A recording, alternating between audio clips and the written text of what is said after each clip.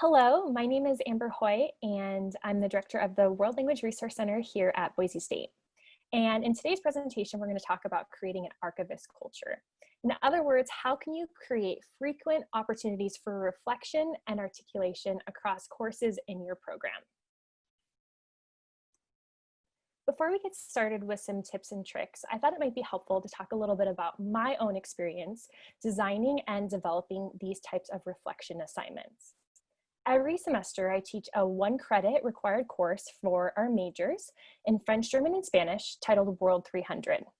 This class focuses on career exploration and e-portfolio development, and many, if not most of the assignments are centered around reflection. We cover 3 units, exploring career, graduate school, and professional development options, or how I like to think of it as looking forward, creating a standout resume. And this is very much a reflective project in itself. Students need to think about the skills and experiences that they've honed over time, and perhaps think a little bit about the future and what skills they may have a gap or they want to continue to focus on.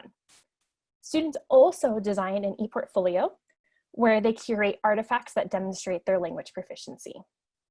One really nice thing about this class is that students are encouraged to take it early on in the program. And so we're able to expose students to these topics early, but what is also really nice is that it also serves as a bookend.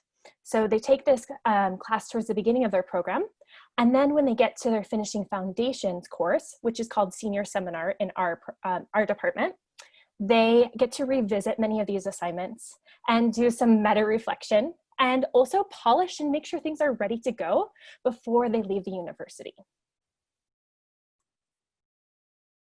Okay, so I have 3 different tips and tricks for you. And the first one is to start curation early and train early. I don't know about you, but many of times I've heard these things from my students, and it really breaks my heart as an instructor. Things like, I didn't save any of my assignments. Or the even worse one, my hard drive crashed and I lost everything. This is so sad for so many reasons. Not only are students losing out on opportunities to showcase the work that they've done to graduate schools or to future employers, but they're also losing out on things that can really help them in their reflective journey. And when it comes to articulating what they've done at Boise State. So my first tip is to establish a Google Shared Drive for all of your students in the program. If you have an entry course, this works really well. So all of our students, for example, take a 303 course as one of the first courses in the program. What's really nice about Google Shared Drives is it's a separate space away from the chaos of Google Drive. Sometimes I feel a little overwhelmed when I go into Google Drive because it has everything I've ever created, but it also has things that have been shared with me as well. The Google Shared Drives are a separate workspace that feel less chaotic, and it really allows students to create folders and start to archive assignments and artifacts that they've created. Another thing that's really helpful is to label assignments that you recommend that students hang on to in your course calendar and also in the syllabus. This can be in the very first entry course, but it's even better if you can encourage instructors to do this throughout the program. That gentle reminder will help them to say, oh yeah, make sure I put that in my shared drive. Another thing that several of our instructors do in these early courses is also just do a visual check. They might just say, hey, can I just really quickly see your Google Shared Drive and see that assignment, see your final project, see your presentation there? And this is really nice because it lets you just visually check to make sure students are successful in saving their assignments.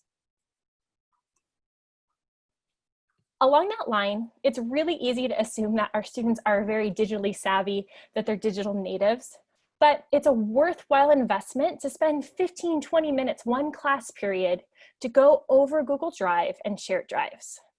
Not only can you show them how to save the files, but you can also talk about some tips and tricks for filing. How might they label their files? How might they label the folders? Should they maybe assign some keywords? Explaining this can really help students understand and save them a lot of time.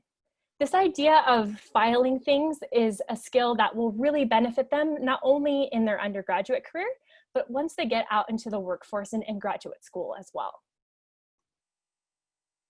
Last but not least, it's a great idea to preview with your students what they might do one day with these artifacts. There are so many different types of assignments that you might decide to have your students do in that Finishing Foundations course. You might have them do a personal statement. You might have them do an e-portfolio, a reflection essay, and you can find lots of those examples in the Finishing Foundations Toolkit. What I would recommend is to create a shared Google Doc with the instructors who teach that course and ask them to add 2 to 3 examples of some of the best work created by students. Then you'll have an easy document that you can show with the students early on. And again, if they can kind of see the method behind the madness of why they're doing what they're doing, they're going to be much more excited about saving their artifacts and, to be frank, more likely to do so. All right, encourage documenting in and out of the classroom. So meaningful reflections happen when students have a lot of different things to look at.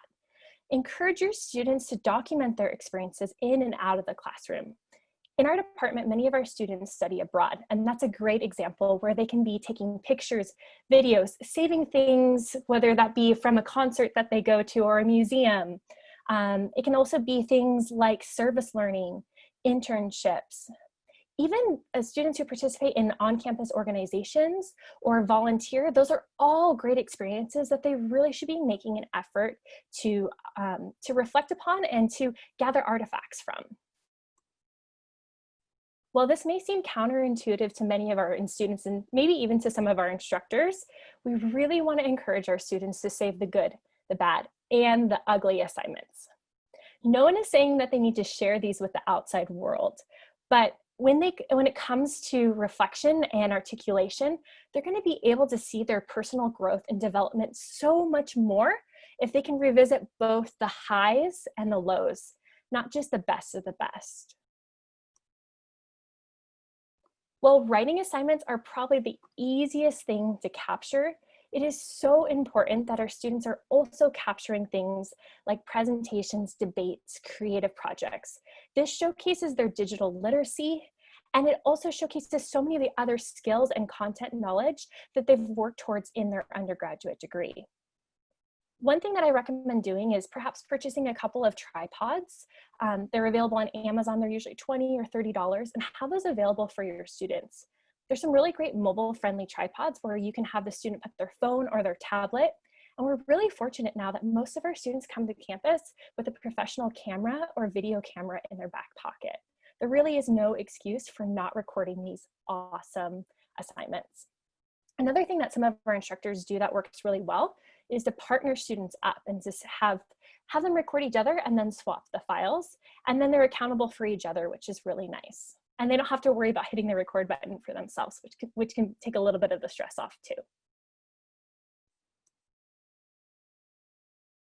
All right.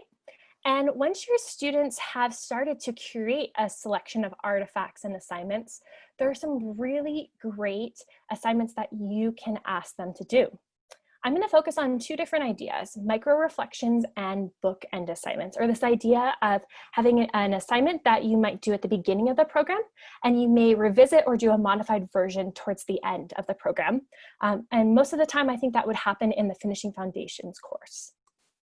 So here are a few ideas. One thing that we do in our Spanish program is have students create an informal micro-reflection at the end of the semester. We have certain classes that are required courses, and we have those as benchmarks. I believe there are 5 or 6 different courses.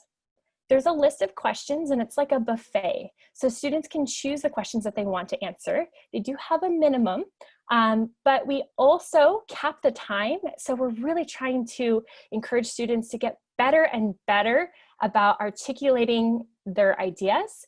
And I really recommend that. It's very easy to put a minimum, but you're going to save yourself time as an instructor, and you're going to really encourage your students to think about things and be more articulate. What's really nice is that these students create all of these mini reflections, and when they go to their senior seminar, their Finishing Foundations course, they're able to do a longer formal reflection, and they can revisit these videos that they created. And I really think that it helps to jog their memory. Sometimes when we think about all the courses that we took, not in our program, but also at the university, it can feel really overwhelming, and it can be difficult to remember all the things that you accomplished. So having these mini benchmarks or mini reflections throughout the program can be really helpful. And we typically assign them to be about 5% of the grade, and they can do just a talking head video if you want to, or you can encourage them to use some of their digital literacy skills and use a tool like Adobe Spark, for example. The Adobe Spark can be really nice too, because it encourages students to not use a lot of text and to focus more on using visuals to tell their story. And it's pretty easy to create, and they can also download that video, and if they'd like to, put it on their ePortfolio. One thing that we do at the beginning of the program in my World 300 course is we ask students to draft a narrative reflection. And it focuses on 3 key topics: looking forward, looking back, and next steps.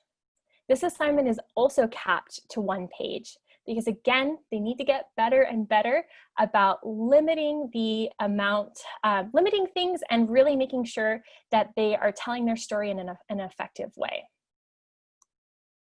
We have students revisit this narrative reflection in the senior seminar course, and they do a reflection on the reflection, and they put the final polished version on the home page of their ePortfolio.